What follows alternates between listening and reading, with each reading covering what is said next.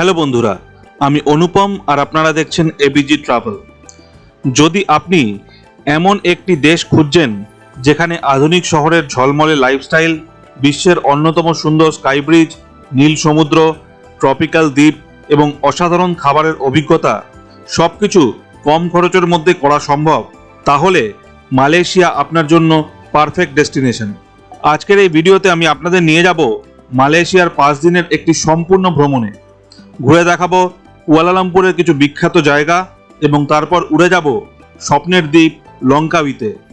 এছাড়াও বলবো কিভাবে যাবেন, কোথায় থাকবেন, কত খরচ হবে এবং 5 দিনে কিভাবে পুরো ট্রিপ প্ল্যান করবেন। তাই ভিডিওটি শেষ পর্যন্ত দেখুন, কারণ মালয়েশিয়া ভ্রমণের জন্য এটি হতে পারে আপনার সম্পূর্ণ বাংলা ট্রাভেল গাইড। ইন্ডিয়ান সিটিজেনদের মালয়েশিয়া যাওয়ার জন্য কিন্তু কোনো ভিসা লাগে না, শুধু একটা ডিজিটাল অ্যারাইভাল কার্ড লাগে। সেটা আপনি যেদিন মালয়েশিয়াতে অ্যারাইভ হবেন তার ঠিক 3 দিন আগে আপনাকে করতে হবে।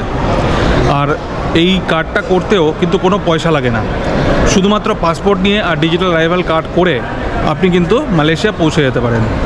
এই যে প্রোগ্রামটা, এটা স্টার্ট হয়েছিল 1 ডিসেম্বর 2023 থেকে, আর এটা প্রথমে চালু হয়েছিল 31 ডিসেম্বর 2024 পর্যন্ত। তারপর এটাকে এক্সটেন্ড করা হয় 2026-এর 31 ডিসেম্বর পর্যন্ত।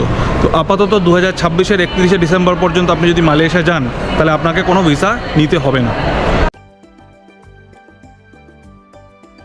কলকাতা থেকে এয়ার এশিয়ার ফ্লাইটে সকাল সকাল কুয়ালালামপুর পৌঁছে গ্র্যাব অ্যাপ দিয়ে ট্যাক্সি বুক করে সোজা হোটেলে গিয়ে চেক ইন করে নিলাম। এরপর হোটেলেই ব্রেকফাস্ট সেরে শুরু করলাম আমার প্রথম দিনের কুয়ালালামপুর সিটি ট্যুর। আমার প্রথম গন্তব্য ছিল মারডেকা স্কোয়ার এবং সুলতান আব্দুল সামেদ বিল্ডিং। আমি চলে এসেছি মারডেকা স্কোয়ারে। মারডেকা স্কোয়ার একটা হিস্টোরিক্যাল জায়গা। এইখানে 31 আগস্ট 1957 সালে ইংরেজি উপনিবেশ থেকে মালয়েশিয়া স্বাধীনতা লাভ করে এবং এই জায়গাতেই কিন্তু স্বাধীনতা ঘোষণা করা হয়। আর এই দেখুন, এই মারডেকা স্কোয়ারে একটা 95 মিটার উঁচু স্তম্ভ রয়েছে, যার ওপর মালয়েশিয়ার ফ্ল্যাগ লাগানো রয়েছে। মারডেকা স্কোয়ারের পাশেই রয়েছে সুলতান আব্দুল সামেদ বিল্ডিং। 1857 সালে নির্মিত এই ভবনটি মালয়েশিয়ার ঔপনিবেশিক ইতিহাসের একটি গুরুত্বপূর্ণ নিদর্শন। মারডেকা স্কোয়ারের ঠিক অপোজিটেই হচ্ছে সুলতান সামেদ বিল্ডিং, আর এই সুলতান সামেদ বিল্ডিংটা ফলো করে ওটাকে ক্রস করলেই হচ্ছে রিভার অফ লাইফ। আর তার পেছনেই হচ্ছে এই দেখুন, এই হচ্ছে মসজিদ জামেক। এটা হচ্ছে মালয়েশিয়ার ওয়ান অফ দ্য ওল্ডেস্ট মস্ক। এটা তৈরি হয়েছিল 1909 সালে। মসজিদ জামেকের ঠিক সামনেই হচ্ছে মসজিদ জামেক মেট্রো স্টেশন। তো এখান থেকে ট্রেন ধরে আমি যাব হচ্ছে কেএলসিসি। কেএলসিসিতে রয়েছে হচ্ছে টুইন টাওয়ার। কেএলসিসি মেট্রো থেকে নেমে আমাকে যেতে হবে টুইন টাওয়ার, কেএলসিসি পার্ক আর কেএলসিসি অ্যাকোয়ারিয়া।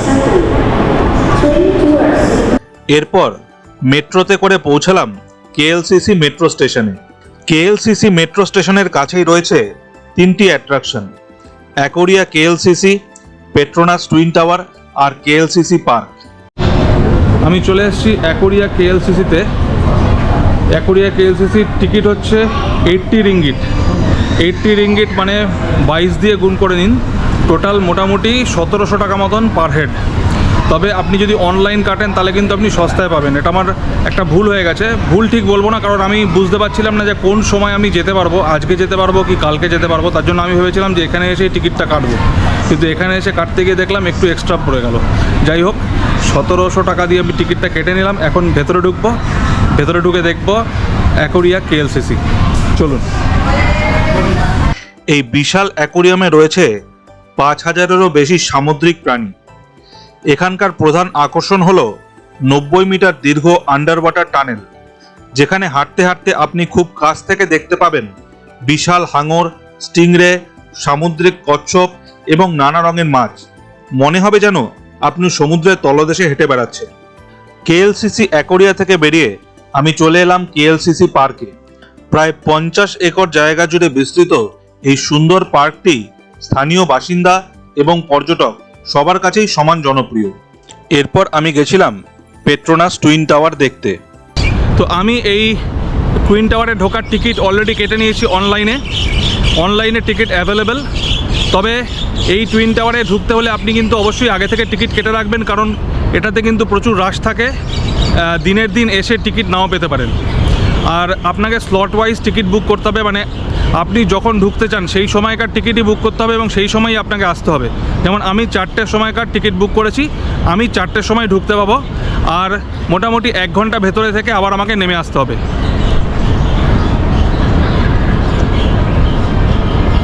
পেট্রোনাস টুইন টাওয়ার হলো মালয়েশিয়ার সবথেকে বড় অ্যাট্রাকশন।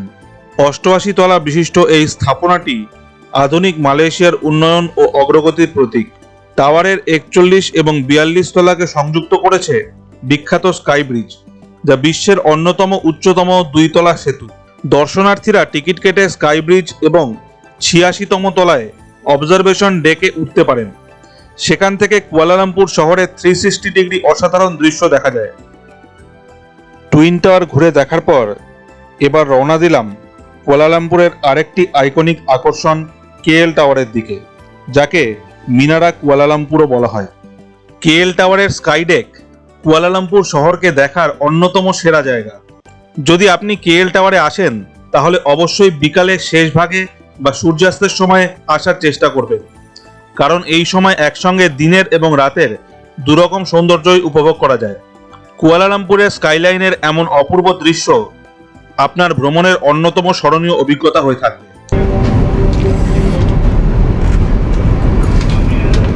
আমি এখন কেএল টাওয়ারের ওপরে গ্লাস বটমে দাঁড়িয়ে রয়েছি।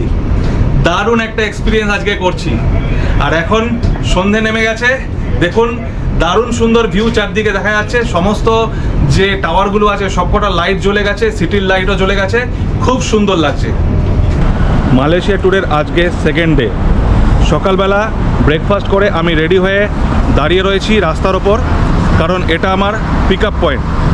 আজকে আমি একটা কন্ডাক্টেড ট্যুর বুক করেছি একটা অনলাইন সাইট থেকে, klook.com থেকে। তো এই ট্যুরটাতে প্রথমে আমি যাব বাটু কেভ, তারপর বাটু কেভ থেকে যাব গেন্টিং হাইল্যান্ড। গেন্টিং হাইল্যান্ডের যে রোপওয়ে সেটাও কিন্তু এই ট্যুরের মধ্যে ইনক্লুড রয়েছে। আর গেন্টিং হাইল্যান্ডে একটা চাইনিজ টেম্পল রয়েছে, সেটাও দেখাবে। তো সারাদিন এই ট্যুরটা করিয়ে সন্ধ্যাবেলা আবার আমাকে হোটেলের সামনে এসে ড্রপ করে দেবে। এই ট্যুরটাতে আমার মোট খরচা পড়েছে 3120 টাকা। প্রথমেই আমি এসে পৌঁছালাম বাটু কেভে।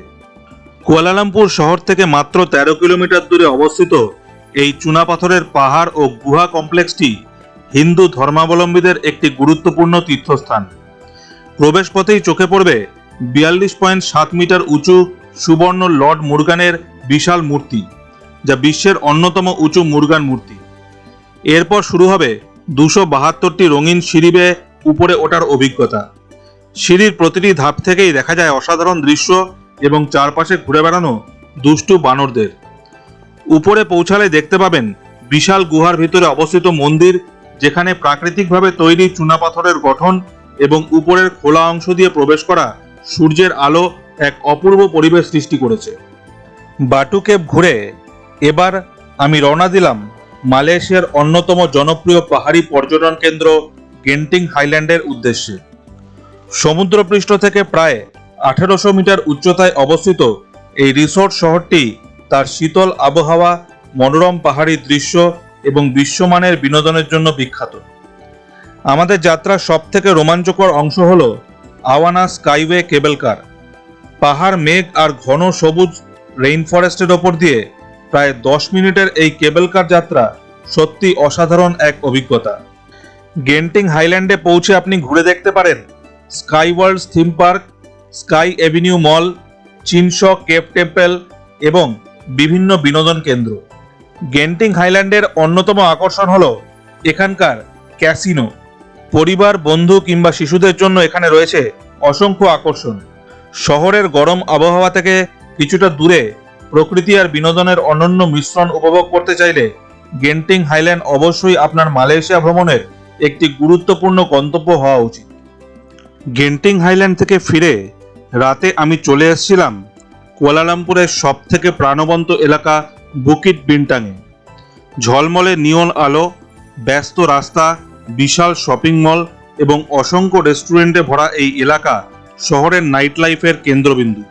এখানে রয়েছে প্যাভিলিয়ন কুয়ালালামপুর, লট 10, ফারেনহাইট 88-এর মতো জনপ্রিয় শপিং ডেস্টিনেশন।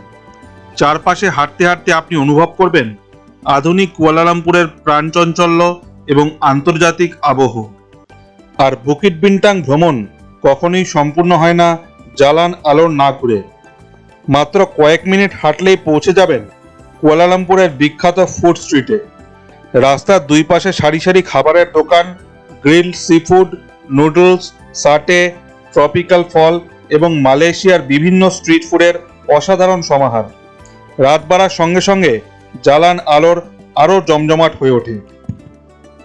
তৃতীয় দিন সকালে প্রথমেই চলে গেছিলাম কেএল বার্ড পার্কে, যা বিশ্বের অন্যতম বৃহৎ ফ্রি ফ্লাইট অ্যাভিয়ারি হিসেবে পরিচিত। কুয়ালালামপুরের সুন্দর লেক গার্ডেন্স এলাকার মধ্যে অবস্থিত এই পার্কে 200-রও বেশি প্রজাতির প্রায় 3000 পাখির বাস। এখানকার সবচেয়ে বিশেষ বিষয় হলো অধিকাংশ পাখি খাঁচার ভেতরে নয়, বরং বিশাল জাল ঘেরা প্রাকৃতিক পরিবেশে মুক্তভাবে উড়ে বেড়ায়। তাই এখানে হাঁটতে হাঁটতে আপনি খুব কাছ থেকে দেখতে পারবেন রঙিন মাকাও, হর্নবিল, ফ্লেমিঙ্গো, ময়ূর এবং আরও অনেক বিরল প্রজাতির পাখি। পার্কের অন্যতম আকর্ষণ হল বার্ড ফিডিং সেশন এবং বার্ড শো, যেখানে পাখিদের অসাধারণ দক্ষতা ও আচরণ কাছ থেকে দেখার সুযোগ পাওয়া যায়। এরপর আমি পৌঁছে গেলাম লিটল ইন্ডিয়া ব্রিকফিল্ডস এলাকায়। এটি মালয়েশিয়ায় ভারতীয় সংস্কৃতি, ঐতিহ্য এবং খাবারের এক অনন্য কেন্দ্র, যেখানে হাঁটলেই মনে হবে যেন দক্ষিণ ভারতের কোনো ব্যস্ত বাজারে চলে এসেছে। রাস্তা জুড়ে রয়েছে রঙিন তোরণ, ভারতীয় সঙ্গীত, শাড়ি ও পোশাকের দোকান, গয়নার শোরুম এবং বিভিন্ন ঐতিহ্যবাহী ভারতীয় পণ্যের সমাহার। এরপর একে একে ঘুরে দেখলাম কস্তুরি ওয়াক, সেন্ট্রাল মার্কেট এবং পেটালিং স্ট্রিট। রঙিন ছাউনিতে ঢাকা কস্তুরি ওয়াকে রয়েছে বিভিন্ন সুভেনিয়ার, হস্তশিল্প, পোশাক এবং স্থানীয় পণ্যের দোকান। এখানে হাঁটতে হাঁটতে আপনি মালয়েশিয়ার স্থানীয় সংস্কৃতির এক ঝলক দেখতে পাবেন। তার পাশেই রয়েছে সেন্ট্রাল মার্কেট, যা 1888 সালে প্রতিষ্ঠিত একটি ঐতিহাসিক বাজার। বর্তমানে এটি মালয়েশিয়ার শিল্প, সংস্কৃতি ও হস্তশিল্পের অন্যতম কেন্দ্র। আরও একটু গেলেই পৌঁছে যাবেন পেটালিং স্ট্রিটে, যা কুয়ালালামপুরের বিখ্যাত চায়না টাউনের কেন্দ্র। রাস্তা জুড়ে সারি সারি দোকান, স্ট্রিট ফুড, পোশাক ও ইলেকট্রনিক্স এবং নানা ধরনের সুভেনিয়ার সমাহার। দরদাম করে কেনাকাটার জন্য এটি পর্যটকদের কাছে খুবই জনপ্রিয়। এরপর আমি গেছিলাম কুয়ালালামপুরের অন্যতম সুন্দর চীনা মন্দির থিয়ান হিউ টেম্পল দেখতে। 1989 সালে নির্মিত এই 6তলা মন্দিরটি দক্ষিণ পূর্ব এশিয়ায় অন্যতম বৃহৎ চীনা মন্দির হিসাবে পরিচিত। দেবী মাজু, যিনি সমুদ্রযাত্রীদের রক্ষাকর্ত্রী হিসাবে পরিচিত, তার উদ্দেশ্যে উৎসর্গ করা হয়েছে এই মন্দির। লাল রঙের অসংখ্য লণ্ঠন, চমৎকার খোদাই করা স্তম্ভ, ঐতিহ্যবাহী চীনা স্থাপত্য এবং রঙিন অলঙ্করণ মন্দিরটিকে করে তুলেছে অত্যন্ত আকর্ষণীয়। যে এখন আমি চলে এসেছি বুরজায়া টাইম স্কোয়ার মলে। এই হচ্ছে বুরজায়া টাইম স্কোয়ার মল। এই বিশাল কমপ্লেক্সের ভেতরে রয়েছে শত শত দোকান, রেস্টুরেন্ট, সিনেমা হল এবং অসংখ্য বিনোদনের ব্যবস্থা। তবে বুরজায়া টাইম স্কোয়ারের সবথেকে বড় আকর্ষণ হলো এর ইনডোর থিম পার্ক, যা বিশ্বের অন্যতম বৃহৎ ইনডোর অ্যামিউজমেন্ট পার্কগুলির একটি। শপিং প্রেমীদের জন্য এটি একটি দারুণ জায়গা। ফ্যাশন, ইলেকট্রনিক্স, সুভেনিয়ার এবং স্থানীয় ব্র্যান্ড থেকে শুরু করে আন্তর্জাতিক ব্র্যান্ডের পণ্য সবকিছুই এখানে পাওয়া যায়। বেশ কিছুক্ষণ বুরজায়া টাইম স্কোয়ার মলে ঘোরাফেরা করে রাতের ডিনার সেরে আমি হোটেলে ফিরেছিলাম। পরের দিন ভোরবেলা আমি রওনা দিলাম এয়ারপোর্টের উদ্দেশ্যে। আজকে আমি যাব কুয়ালালামপুর থেকে লঙ্কাভিতে। ফ্লাইট ছাড়ার 1 ঘন্টার মধ্যেই সমুদ্রের উপর দিয়ে উড়ে আমাদের ফ্লাইট পৌঁছে গেল লঙ্কাভি আইল্যান্ডে। নামার সময় ওপর থেকে প্রত্যক্ষ করলাম লঙ্কাভি আইল্যান্ডের অপরূপ দৃশ্য। লঙ্কাভিতে নেমে একটি গ্র্যাব ট্যাক্সি বুক করে পৌঁছে গেলাম চেনাং বিচের কাছে আমার আগে থেকে বুক করা হোটেলে। হোটেলে ফ্রেশ হয়ে আমি চলে এসেছি আর হোটেলের রিসেপশন থেকে হেলমেটটা নিয়ে নিলাম আর এই হচ্ছে আমার স্কুটি। এই দুদিনের জন্য এই স্কুটি করে আমি ঘুরবো। এই স্কুটি নিয়ে এখন আমি যাচ্ছি স্কাই ব্রিজের যে কেবল কার কাউন্টার আছে সেখানে। আপনি যদি সোলো ট্রাভেলার অথবা কাপল হন, সেক্ষেত্রে স্কুটি নিয়ে ঘোরাই কিন্তু সবথেকে কনভিনিয়েন্ট এবং সস্তা। আর আপনারা ফ্যামিলি হলে গ্র্যাব অ্যাপ দিয়ে গ্র্যাব ট্যাক্সি বুক করে নেবেন। এরপর গন্তব্যে পৌঁছে ওরিয়েন্টাল ভিলেজে প্রবেশ করে টিকিট কাউন্টার থেকে স্কাই ক্যাব এবং স্কাই ব্রিজের টিকিট কেটে নিলাম। গুনুং মাচিংচাং পাহাড়ের পাদদেশ থেকে শুরু হলো রোমাঞ্চকর কেবল কার যাত্রা। কেবল কারে চড়ে পৌঁছে গেলাম ফার্স্ট স্টেশনে। ফার্স্ট স্টেশনে রয়েছে ইগলস নেস্ট। এইখানে যেতে গেলে আলাদা টিকিট কাটতে হয় এবং রয়েছে একটি অসাধারণ অবজারভেশন ডেক, যেখান থেকে দেখা যায় পাহাড় এবং সমুদ্রের অসাধারণ দৃশ্য। এরপর সেকেন্ড স্টেশনে পৌঁছে সেখান থেকে হেঁটে বা স্কাই গ্লাইডে করে আপনি পৌঁছে যাবেন লঙ্কাভির স্কাই ব্রিজে। 125 মিটার দীর্ঘ এই বাঁকানো সেতুটি বিশ্বের অন্যতম অনন্য ঝুলন্ত সেতু। পাহাড়ের চূড়ার সঙ্গে সংযুক্ত এই ব্রিজে দাঁড়ালে মনে হবে যেন আপনি মেঘের মাঝে ভেসে আছেন। চারপাশে সবুজ পাহাড়, গভীর উপত্যকা আর নীল সমুদ্রের অসাধারণ দৃশ্য সত্যি অবিস্মরণীয়। এরপর সন্ধ্যাবেলা ফিরে আসুন চেনাং বিচে। এরপর সূর্যাস্তের অপূর্ব দৃশ্য উপভোগ করতে চলে যান পেন্টাই চেনাং বিচে। পেন্টাই চেনাং শুধু একটি সৈকত নয়, এটি লঙ্কাভির প্রাণকেন্দ্র। চারপাশে রয়েছে ক্যাফে, রেস্টুরেন্ট, লাইভ মিউজিক এবং বিভিন্ন ধরনের এন্টারটেনমেন্ট। পরদিন সকালে আমি স্কুটি নিয়ে পৌঁছে গেলাম তানজুং রু বিচে, যেটি থেকে আমাদের বোট ছাড়লো আর স্টার্ট হলো কিলিম Jio forest mangrove tour. UNESCO স্বীকৃত এই জিও ফরেস্ট পার্ক প্রকৃতি ও বন্যপ্রাণী এবং চুনাপাথরের পাহাড়ের এক অসাধারণ মেলবন্ধন। স্পিড বোটে করে ম্যানগ্রোভ বনের সরু জলপথ দিয়ে এগিয়ে যেতে যেতে চারপাশে দেখা যায় ঘন সবুজ বন, বিশাল চুনাপাথরের ক্লিফ এবং শান্ত প্রাকৃতিক পরিবেশ।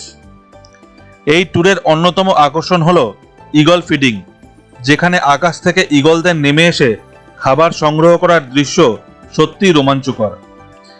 এরপর আমরা ঘুরে দেখলাম রহস্যময় ব্যাট কেভ, যেখানে শত শত বাদুড় বাস করে।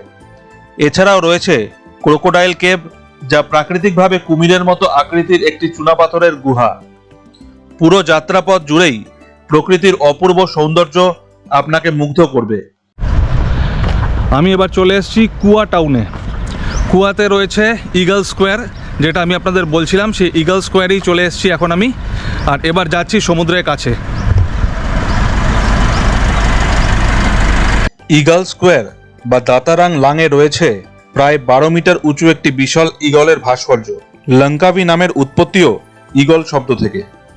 এরপর মাহে টাওয়ার দেখে ওখান থেকে বাইক নিয়ে আবার নিজের হোটেলে ফিরে জিনিসপত্র গুছিয়ে রওনা দিলাম এয়ারপোর্টের উদ্দেশ্যে। প্রথমে কুয়ালালামপুর পৌঁছে সেখান থেকে কলকাতার ফ্লাইটে চড়ে বসলাম। এভাবেই শেষ হলো আমার 5 দিনের মালয়েশিয়া সফর। এবার বলবো এই আইটিনারি ফলো করে ট্যুর করলে আপনার মোট কত খরচা হবে। কলকাতা থেকে কুয়ালালামপুর রিটার্ন ফ্লাইটের ভাড়া মোটামুটি 20,000 টাকা ধরতে পারেন। কুয়ালালামপুর থেকে লঙ্কাভির রিটার্ন ফ্লাইট 6,000 টাকা। হোটেল মালয়েশিয়াতে বেশ সস্তা। 3 স্টার ক্যাটাগরির হোটেল আপনি 3,000 টাকায় টুইন শেয়ারিং বেসিসে পেয়ে যাবেন। তার মানে হোটেল বাবদ 4 দিনের পার হেড কস্ট দাঁড়াচ্ছে 6,000 টাকা। খাওয়া বাবদ per day per head cost ধরতে পারেন 1200 টাকা। তার মানে 5 দিনে পার হেড 6,000 টাকা। স্কুটি রেন্টাল আর গ্র্যাব ট্যাক্সির খরচ মিলিয়ে 5 দিনে 5,000 টাকা ধরতে পারেন। এই আইটিনারিতে যেই জায়গাগুলো দেখানো হয়েছে সেই সমস্ত জায়গাগুলি ঘুরতে টিকিট বাবদ খরচা পড়বে পার হেড 12,000 টাকা। এছাড়া ট্রাভেল ইন্স্যুরেন্স এবং অন্যান্য খরচা বাবদ আরও 2,500 টাকা রেখে নিন। তার মানে এই ট্রিপে পার হেড আপনার টোটাল খরচা দাঁড়াবে 55,000 টাকা। গ্র্যাব অ্যাপ ব্যবহার করুন। মালয়েশিয়ায় গ্র্যাব সবচেয়ে জনপ্রিয় রাইড হেইলিং অ্যাপ। ট্যাক্সির তুলনায় এটি সাধারণত সস্তা এবং সুবিধাজনক। কিছু নগদ টাকা সঙ্গে রাখুন। বেশিরভাগ জায়গায় কার্ড ও ডিজিটাল পেমেন্ট গ্রহণ করা হলেও ছোট দোকান বা স্ট্রিট ফুড স্টলে নগদ টাকা কাজে লাগতে পারে। কিছু রিঙ্গিট ইন্ডিয়া থেকে আসার সময় নিয়ে আসুন। স্থানীয় সিম বা ই সিম নিন। বিমানবন্দর বা শহর থেকে একটি স্থানীয় সিম বা ই সিম কিনে নিলে ইন্টারনেট ব্যবহার করতে সহজ হবে। হালকা ও আরামদায়ক পোশাক পরুন। মালয়েশিয়ায় আবহাওয়া সারা বছরই গরম এবং আর্দ্র থাকে, তাই হালকা পোশাক, সানগ্লাস এবং সানস্ক্রিন সঙ্গে রাখুন। ছাতা বা রেইন জ্যাকেট রাখুন। হঠাৎ বৃষ্টি মালয়েশিয়ায় খুবই সাধারণ ঘটনা। স্কাই ক্যাব এবং স্কাই ব্রিজ আগে থেকে বুক করুন। লঙ্কাভির জনপ্রিয় আকর্ষণগুলিতে ভিড় বেশি হয়, তাই অনলাইনে আগাম বুকিং করলে সময় বাঁচবে। কুয়ালালামপুরে পাবলিক ট্রান্সপোর্ট ব্যবহার করুন। কুয়ালালামপুরে এমআরটি, এলআরটি এবং মনোরেল নেটওয়ার্ক খুবই উন্নত এবং সাশ্রয়ী। ট্রাভেল ইন্স্যুরেন্স করুন। বিদেশ ভ্রমণের আগে একটি ভালো ট্রাভেল ইন্স্যুরেন্স করে নেওয়া সবসময় বুদ্ধিমানের কাজ। আশা করি আজকের ভিডিওটা আপনাদের ভালো লেগেছে। যদি ভালো লেগে থাকে তাহলে চ্যানেলটাকে সাবস্ক্রাইব করে দেবেন আর নিচের বেল আইকনটাকেও ক্লিক করে দেবেন, যাতে আমার পরবর্তী ভিডিও সরাসরি আপনাদের কাছে পৌঁছে যেতে পারে। ভালো থাকুন, সুস্থ থাকুন আর দেখতে থাকুন এবিজি ট্রাভেল।